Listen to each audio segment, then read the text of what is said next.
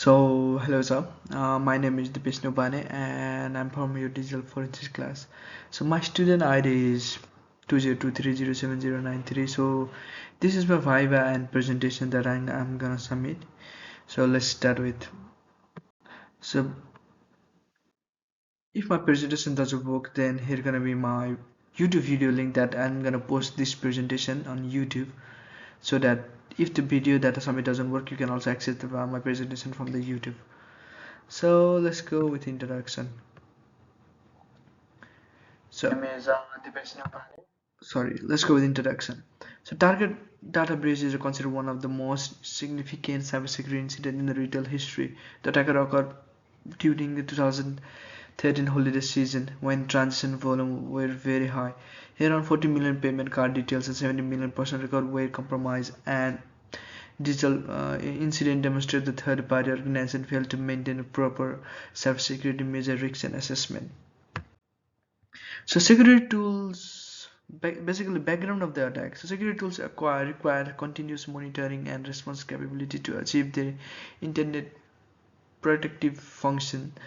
And the attack began through the third-party vendor name Fazio Mechanical Service. Hijacker used phishing technique to steal the target internal system through the stolen credentials.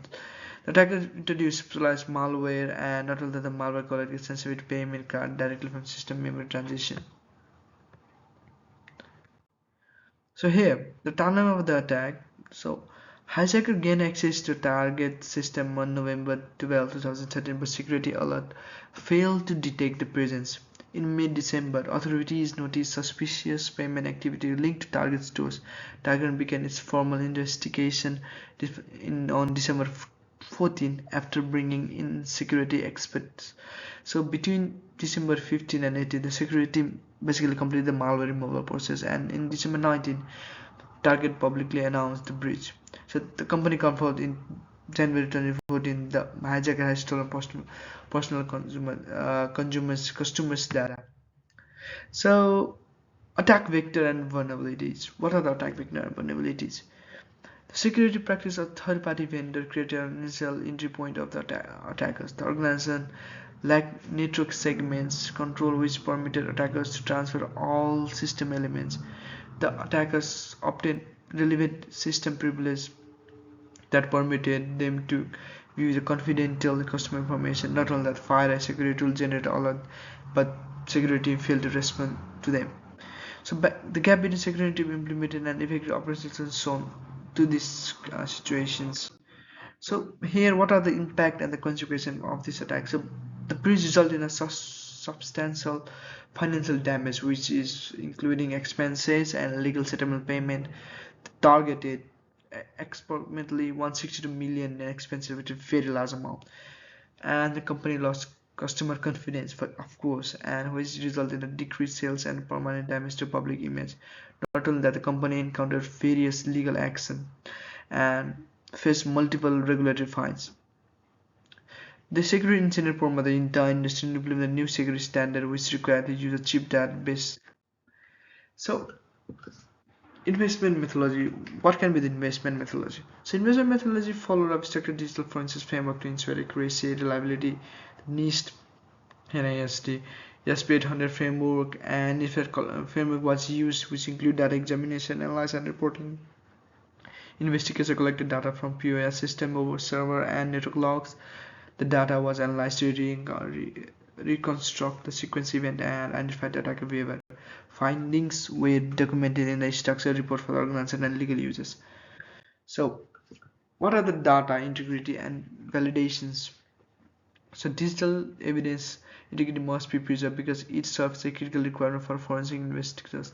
Forensic imaging techniques function by curating copies of digital evidence that maintain original data integrity, and writer blocker are used to prevent any modification during data acquisition. Evidence protection against loss or tampering is achieved through the storage combined with the system. So hashing and verification is another slot which is very important. So hashing verifies that digital evidence remain unaltered at the time of verification, which is very necessary.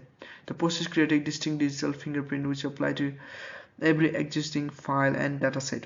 Not only that, the security of digital content has become compromised through the use of outdated algorithms, which include MD5 and SSAS.